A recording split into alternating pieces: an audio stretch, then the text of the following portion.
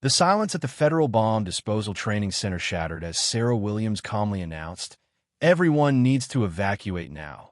This isn't a training bomb at all," while her trembling male classmates who had mocked the quiet woman just days earlier watched in stunned disbelief. What they didn't know was that the simple woman they had dismissed as weak and out of place was about to save all their lives with skills forged in the deadliest war zones on Earth. Sarah Williams fumbled with her worn backpack straps as nervous sweat dripped down her face at the Federal Bomb Disposal Training Center in Quantico. The heavy glass doors seemed to weigh 1,000 pounds as she pushed through them, entering a world where one wrong move could mean death for everyone around her. Inside the sterile hallway, 23 recruits stood in perfect lines, their muscular frames and confident stances making Sarah feel like a mouse among lions. Captain Marcus Stone, a decorated veteran with scars running down his left cheek, barely lifted his eyes from his clipboard when Sarah approached the registration desk. "Name?" Stone asked without looking up, his voice carrying the tone of someone who had already decided she did not belong here. "Sarah Williams, sir." Her voice came out smaller than she intended. Stone's pen paused for just a moment before he scribbled something on his paper. "Back row, seat 15. Try not to get in anyone's way." Jake Morrison, a former college football star whose shoulders seemed wide enough to block a doorway, nudged his buddy Rick with his elbow. $20, says the librarian, doesn't make it past lunch break," he whispered loud enough for several people to hear. The other recruits chuckled, their eyes scanning Sarah from her simple tennis shoes to her plain ponytail. She clutched her backpack tighter and made her way to the designated seat, feeling every stare burn into her back. "Ladies and gentlemen," Stone announced, his voice echoing through the training room, "welcome to the most dangerous job training in America. 60% of you will quit before the week ends. The other 40% might actually save lives someday." His cold eyes swept across the room, lingering on Sarah for just a second longer than the others. "This program breaks people. It finds your weaknesses and crushes them. If you think you're tough enough just because you made it through basic training, you're wrong." Stone clicked a remote, and images of destroyed buildings flashed across the large screen behind him. One mistake with explosives doesn't give you a second chance. One shaky hand, one moment of doubt, one person who doesn't belong here can kill everyone in a 50-foot radius. Sarah felt her cheeks burn as several recruits glanced her way, but she kept her eyes focused straight ahead. The first lesson began with identifying basic bomb components spread across metal tables. While Jake and his friends rushed forward, grabbing pieces and showing off their knowledge, Sarah approached her assigned table quietly. She picked up each component with careful hands, examining the wires and circuits with an intensity that surprised even herself. "Time's up," Stone called after 30 minutes. One by one, he checked each recruit's work. Jake had correctly identified 7 out of 10 components. Rick managed 8. Most others fell somewhere in between, their confident smiles fading as Stone marked their papers with red ink. When Stone reached Sarah's table, his expression shifted from bored dismissal to something resembling surprise. Every single component was correctly identified, labeled with neat handwriting that showed detailed knowledge of explosive devices. "Interesting," Stone muttered, but he said nothing else and moved on to the next student. During the lunch break, Sarah sat alone at a corner table, unwrapping a simple sandwich while the male recruits gathered in loud groups, sharing stories of their military experiences and weekend adventures. She could hear fragments of their conversations, filled with references to combat missions and dangerous assignments that made her own quiet life seem insignificant. "Hey, bookworm," Jay called out from across the cafeteria. "Where'd you learn about bombs?" "The public library." Several recruits laughed, and Sarah felt her face flush red again. She took a small bite of her sandwich and didn't respond, but something flickered in her eyes that none of them noticed. Lieutenant Colonel Rebecca Hayes, who had been observing the morning session from the back of the room, approached Sarah's table with purposeful steps. "Mind if I sit down?" Sarah looked up, surprised that anyone would want to join her. "Of course, ma'am." Hayes settled into the plastic chair across from her. "Your work this morning was impressive. Very thorough," Very accurate. That kind of precision usually comes from experience, not textbooks. Sarah's sandwich suddenly felt difficult to swallow. I just pay attention to details. Some details can't be learned from books, Hayes said, her sharp eyes studying Sarah's face. They have to be lived. Before Sarah could respond, a piercing alarm shattered the peaceful cafeteria atmosphere, sending every recruit scrambling to their feet with wide, frightened eyes.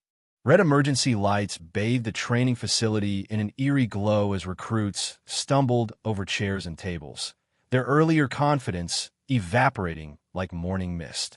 The alarm's shrill cry seemed to come from every direction at once, making it impossible to think clearly. "This is not a drill," Stone's voice boomed over the intercom system, his usually controlled tone carrying an edge of genuine concern. "All personnel report to the main training hall immediately." Sarah moved through the chaos with unusual calm, her steps steady while others rushed around her in panic. Jake Morrison's face had gone pale, and she noticed his hands shaking as he tried to button his training jacket. Inside the main hall, Stone stood beside a metal table where a suspicious package sat under bright lights. The rectangular box, roughly the size of a textbook, had wires visible through gaps in its brown paper wrapping. A small digital display showed numbers counting down: 11:47, 11:46, 11:45. "A janitor found this device in the South Corridor 20 minutes ago," Stone explained, his military bearing intact despite the sweat forming on his forehead. "Local bomb disposal units are 22 minutes away. The timer shows we have less than 12 minutes. The recruits stood frozen, their textbook knowledge suddenly feeling useless in the face of real danger. Several took unconscious steps backward, putting distance between themselves and the ticking device. "Sir," Jake stammered, his earlier bravado completely gone. "Shouldn't we evacuate the building?" Stone's jaw tightened. "If this device is as powerful as it appears, evacuation won't help anyone within a half-mile radius. Our only option is to disarm it here and now." Two senior instructors approached the device first, their hands hovering uncertainly over the exposed wires. Sarah watched as they examined the mechanism, their confident expressions gradually shifting to confusion and fear. "I've never seen this configuration before," admitted Sergeant Davis, a 20-year veteran with multiple tours in Iraq. His voice carried the weight of someone who had just realized his expertise might not be enough. Minutes ticked by with agonizing slowness. 8:33, 8:32, 8:31. The instructors tried different approaches, but each attempt only seemed to make them more uncertain. Stone's hands began to tremble as he reached for a pair of wire cutters. "Wait," Sarah said quietly, stepping forward from the group of recruits. Every head turned toward her, expressions ranging from surprise to disbelief. Stone's eyebrows shot up as if he had forgotten she existed. "This isn't a training exercise, Williams," Stone said sharply. "Real people could die if we make a mistake." "That's exactly why you should let me look at it," Sarah replied, her voice steady despite the gravity of the situation. Jake let out a nervous laugh. "Come on, Sarah. This isn't the time for heroes." But something in Sarah's tone made Stone pause. She wasn't asking permission like a nervous recruit. She was stating a fact like someone who knew exactly what she was talking about. "You have 6 minutes and 37 seconds, Stone said, stepping aside with obvious reluctance. Sarah approached the device with movements that seemed almost ritualistic in their precision. She knelt beside the table, her breathing controlled and rhythmic, showing none of the panic that had gripped everyone else in the room. Her hands moved over the device with practiced confidence, tracing wires and examining connections with the kind of familiarity that comes only from extensive experience. The other recruits watched in stunned silence as Sarah worked with tools and techniques they had never seen before. "How does she know how to do that?" Rick whispered to Jake, but Jake had no answer. With 4 minutes remaining, Sarah isolated the primary circuit board, revealing a complex network of wires that had baffled the senior instructors. Her movements remained steady and purposeful, each action calculated and deliberate. 3:45, 3:44, 3:43. Sarah's fingers found a specific wire buried deep within the mechanism, following it to a connection point that wasn't visible from the outside. As she prepared to make the crucial cut, her expression suddenly changed from focused concentration to deep concern.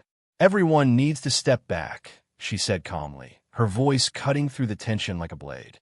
"This isn't what it appears to be." Stone moved closer instead of backing away. "What do you mean?" Sarah's eyes met his with an intensity that made him freeze. "This isn't a training device, Captain. This is a real military-grade explosive, and whoever built it knew exactly what they were doing." Sarah's hands froze above the exposed wires as the digital timer continued its relentless countdown. 247, 246, 245. Her declaration that this was a real military explosive had turned the training room into a pressure cooker of fear and disbelief, with recruits backing away from the device like it might explode at any second. "What do you mean military grade?" Stone demanded, his voice cracking slightly as he processed the implications. Sweat beaded on his forehead despite the cool air conditioning. "How could you possibly know that?" Sarah's eyes remained fixed on the device, her breathing controlled despite the chaos erupting around her. "The signature is distinctive. Triple redundancy circuits, hardened components, specific wire gauge combinations. This wasn't built by some amateur in a garage." Jake Morrison pushed forward from the group of terrified recruits, his face flushed with a mixture of panic and anger. His earlier confidence had completely evaporated, replaced by desperate denial. "You're just trying to show off again. There's no way some random woman can tell the difference between real and fake bombs." "Random woman?" Sarah's voice carried a note of quiet amusement that seemed completely out of place given the circumstances. Her fingers continued working with surgical precision, isolating circuits that the senior instructors hadn't even noticed. "Is that what you think I am?" 212, 211, 210. Stone wiped sweat from his forehead, his military composure beginning to crack under the pressure. "Williams, if you know something about this device, you need to speak up now. We don't have time for games or mysterious hints." Sarah carefully lifted a small component from the device's interior, revealing a marking that made her pause. The tiny inscription was barely visible, but she recognized it immediately. "Afghanistan Theater, 2019. Kandahar Province. I've seen this exact configuration before." Her voice carried the weight of experience that silenced every skeptical comment in the room. The training hall went deadly quiet except for the mechanical ticking of the countdown. Even Jake's mocking expression faded as he registered the absolute certainty in Sarah's tone. Something about the way she handled the device spoke of experience that couldn't be faked. "You served overseas?" Lieutenant Colonel Hayes stepped closer, her trained eye recognizing something in Sarah's posture that others had missed. The way Sarah held herself, the precise movements of her hands, the calm focus under extreme pressure. These were the hallmarks of someone who had faced death before. 2 tours, Explosive Ordnance Disposal, 101st Airborne Division. Sarah's words fell like stones into still water, creating ripples of shock throughout the room. 47 successful disarmaments in active combat zones, most of them under enemy fire. 133, 132, 131. Stone's jaw dropped as the pieces began falling into place. The quiet woman he had dismissed as weak and out of place was revealing herself to be exactly what they needed most. "Sergeant Williams?" "Former sergeant," Sarah corrected, her hands never stopping their methodical work. But muscle memory doesn't forget how to save lives.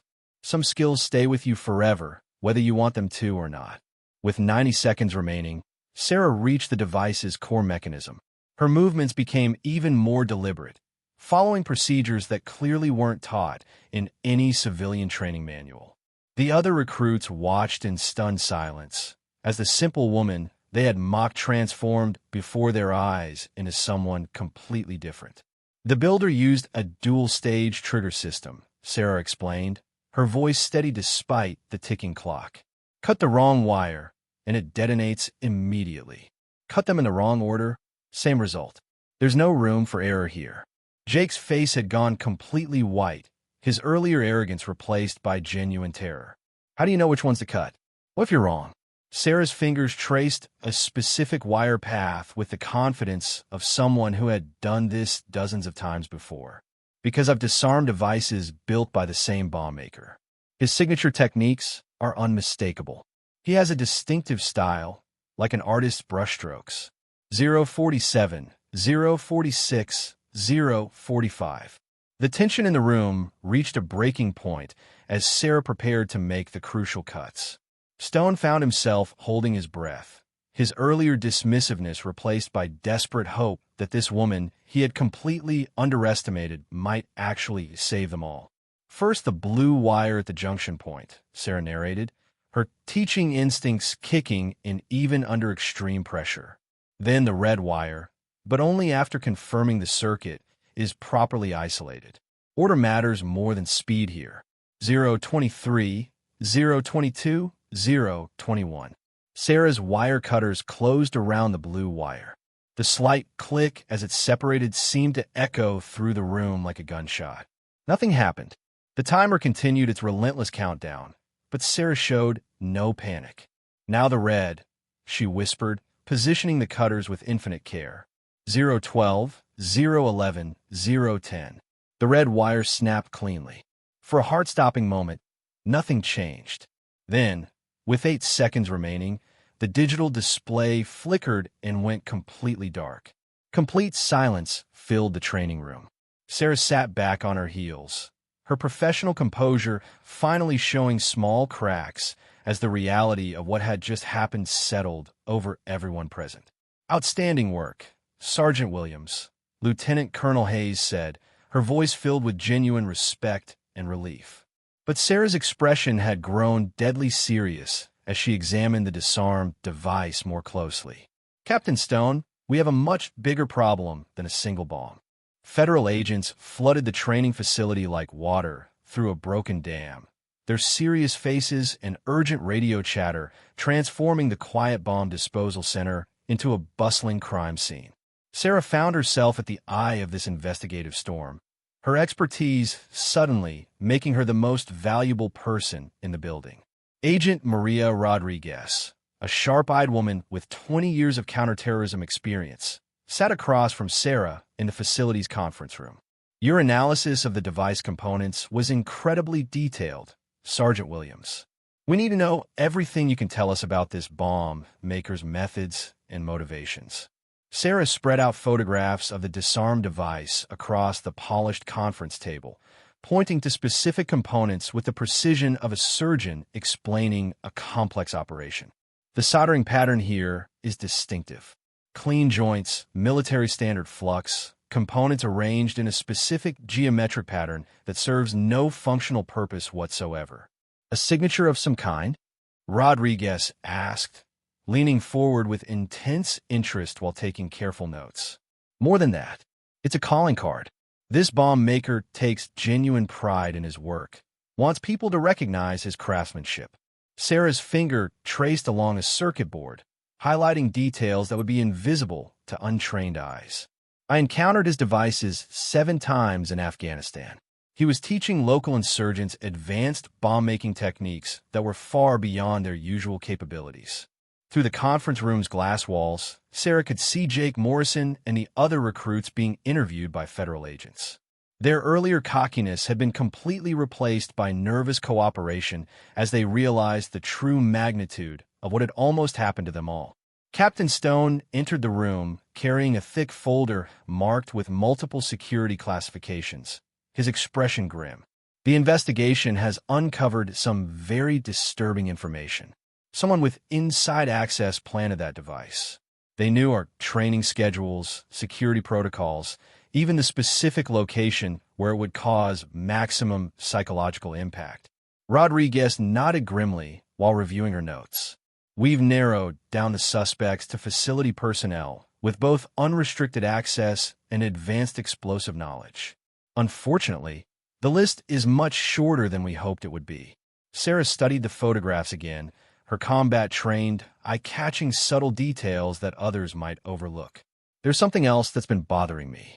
The timer was set for exactly 12 minutes from discovery. That's not random. Someone wanted to create maximum panic, but still allow just enough time for an expert to potentially disarm it. What are you suggesting? Stone asked, his brow furrowed in confusion as he tried to follow her reasoning. This was a test, Sarah replied, her voice carrying absolute certainty born from years of analyzing terrorist tactics. Someone wanted to see how the facility would respond to a real threat. They were gathering intelligence about our capabilities, response procedures, and personnel competency levels. Rodriguez exchanged a meaningful glance with Stone, both recognizing the implications immediately. That suggests we're dealing with someone planning a much larger operation. This bomb was essentially reconnaissance for something bigger.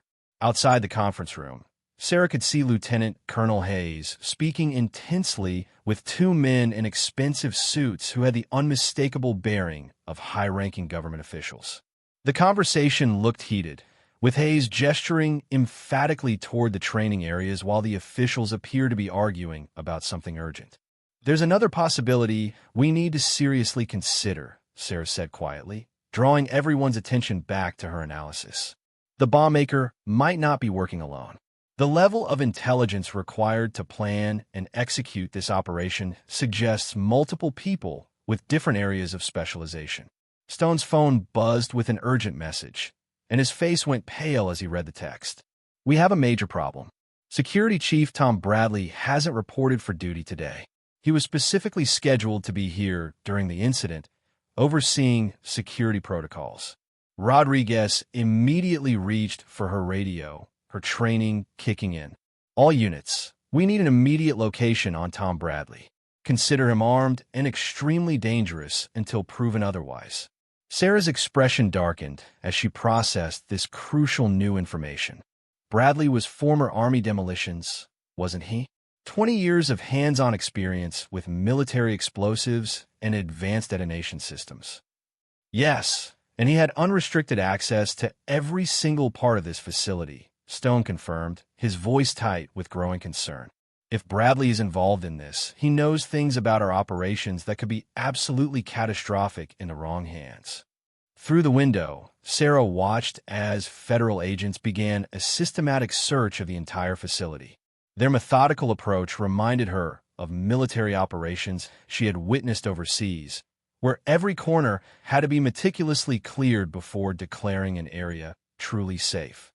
There's something else that's been nagging at me, Sarah said, her voice dropping to almost a whisper. If Bradley built that device, he's been planning this operation for months. The components weren't assembled recently. The chemical signatures on the explosive compounds suggest they've been aging for at least 90 days. Rodriguez's eyes widened with alarm, which means he's been systematically stockpiling materials right under our noses. Sarah stood and walked to the window overlooking the facility's main courtyard, where groups of recruits and instructors stood in nervous clusters. If I'm right about this being a test run, then Bradley is planning something much bigger. And now that his reconnaissance mission has failed, he's going to accelerate his timeline. Stone joined her at the window, both watching the organized chaos below. What do you think his real objective could be? Sarah's reflection in the glass showed a woman who had seen too much violence and too many good people hurt by those who chose destruction over creation. Bradley knows this facility trains the people who disarm bombs across the entire eastern seaboard. If he can eliminate this training center and the expertise it represents, he severely cripples our nation's ability to respond to future terrorist attacks. Rodriguez's radio suddenly crackled to life with urgent chatter from agents in the field. Bradley's vehicle has been spotted heading directly toward the armory building. He appears to be heavily armed and carrying multiple cases of unknown equipment. Sarah turned from the window, her expression hardening with military resolve. The armory contains enough explosive materials to level half this base. If Bradley reaches those supplies, we won't be dealing with a single bomb anymore. Smoke billowed from the armory building as Tom Bradley barricaded himself inside with enough explosives to destroy half the training base, his desperate voice echoing through a bullhorn as federal agents surrounded the concrete structure. Sarah crouched behind an armored vehicle, studying the building's blueprints while bullets occasionally pinged off nearby surfaces. "You all made a big mistake underestimating me," Bradley's voice boomed across the courtyard, his tone dripping with bitter resentment. 20 years I've watched incompetent people get promoted while real soldiers like me get pushed aside. Time to show you what real expertise looks like. Agent Rodriguez pressed her radio close to her ear, coordinating with sniper teams positioned on nearby rooftops. Negotiators are trying to establish communication, but he's not responding to reason. Bradley has rigged multiple devices throughout the armory. One wrong move, and we lose everything. Sarah traced her finger along the building's ventilation system, her mind working through possibilities that others hadn't considered. There's a maintenance tunnel that connects to the armory's basement level. It was designed for emergency evacuations, but hasn't been used in years. Captain Stone shook his head firmly. "Absolutely not, Williams. We're not sending anyone into that death trap. Bradley knows every inch of that building better than anyone else here." "That's exactly why we need someone he won't expect," Sarah replied calmly, her voice cutting through the chaos around them. "Bradley's arrogance is his weakness. He thinks he's the smartest person in any room, which makes him predictable." Through her binoculars, Sarah could see Bradley moving between windows, his silhouette visible as he adjusted his explosive devices. His movements were methodical but frantic, suggesting he was working against his own timeline rather than following a careful plan. Jake Morrison approached their position, his face pale but determined. "Sarah, after everything that happened today, I owe you more than an apology. If there's anything I can do to help, just say the word." Sarah studied his earnest expression, recognizing genuine courage beneath his earlier prejudice. "Actually, there's something. I need you to create a distraction at the main entrance while I approach from the tunnel system." Rodriguez immediately objected. "This isn't a military operation, Sergeant. We have protocols for hostage situations that don't involve sending civilians into danger." "Bradley isn't a typical hostage taker," Sarah explained, her tactical mind already formulating a comprehensive strategy. "He's a trained demolitions expert with nothing left to lose. Traditional negotiation techniques won't work because he's not looking for a way out. He wants to go down in flames and take as many people with him as possible." Stone's radio crackled with updates from the perimeter teams. "Bradley's demanding to speak with whoever disarmed his first device. He knows someone with advanced training is here, and he wants a face-to-face confrontation." Sarah's expression hardened with resolve. "Then that's exactly what he'll get, but on my terms instead of his." 20 minutes later, Sarah crawled through the narrow maintenance tunnel, her movements silent despite the confined space. The tunnel hadn't been cleaned in years, and dust particles danced in the beam of her small flashlight. Behind her, Jake and two federal agents followed at careful intervals, their breathing controlled to avoid making noise. "Bradley's been moving explosives to the main storage room," Rodriguez's voice whispered through Sarah's earpiece. "Thermal imaging shows he's concentrated most of his devices in one central location." Sarah paused at a junction point, consulting her mental map of the building's layout. "That's tactically stupid unless he's planning something we haven't considered. Bradley's too experienced to make such an obvious mistake." As they approached the tunnel's exit point, Sarah heard Bradley's voice filtering through the concrete walls. He was talking to himself, his words becoming increasingly erratic and disconnected from reality. "They never understood my value, never appreciated what I brought to this place," Bradley muttered, his voice carrying the bitter edge of someone who had nursed grievances for years. "But they'll remember me after today. They'll wish they had listened when I warned them about security weaknesses." Sarah carefully opened the tunnel access panel, revealing the armory's basement level. Rows of metal shelving held various training materials, creating a maze of potential hiding places and obstacles. The air smelled of gun oil and concrete dust, with an underlying chemical odor that suggested Bradley had been working with explosive compounds. "I can see multiple trip wires," Sarah whispered into her radio. "Bradley's turned this entire level into a booby trap. He's not just planning to blow up the building. He's trying to take out anyone who comes after him." Stone's voice crackled through her earpiece. "Williams, get out of there now. We'll find another way to handle this situation." But Sarah had already spotted something that made her blood run cold. Bradley hadn't just rigged the armory to explode. He had created a sophisticated network of devices that would trigger a chain reaction throughout the entire training facility. Negative, Captain. If Bradley detonates those charges, we lose more than just the armory. The blast will reach the main training building where all the recruits are still gathered. Jake's voice came through her radio, tight with concern. Sarah, what do you need us to do? Sarah studied the complex web of wires and devices Bradley had constructed, recognizing patterns from her combat experience. I need you to trust me one more time, and I need everyone to be ready for whatever happens next. Above them, Bradley's footsteps moved across the floor with increasing urgency, his voice growing louder as he prepared for his final confrontation with the world that had rejected him. Sarah emerged from the basement stairwell to find Tom Bradley standing in the center of the armory, surrounded by enough explosives to level 3 city blocks, his wild eyes reflecting the madness of someone who had finally snapped under years of perceived injustice and rejection. So you're the mystery woman who thinks she's smarter than me, Bradley sneered, his finger hovering over a dead man's switch that would trigger every device simultaneously. Let me guess, some weekend warrior who thinks she learned everything from a few training courses. Sarah stepped into the open space, her hands visible and empty, her voice steady despite the immediate danger. Former Sergeant Sarah Williams, 101st Airborne, Explosive Ordnance Disposal.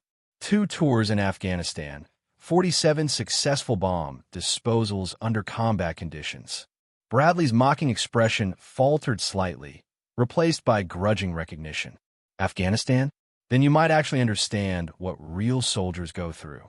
But you're still just another pretty face who got promoted because of politics instead of skill. I never got promoted because of my appearance, Bradley. I earned my rank by saving lives while people like you were complaining about being overlooked. Sarah took another careful step forward, noting the positions of various explosive devices.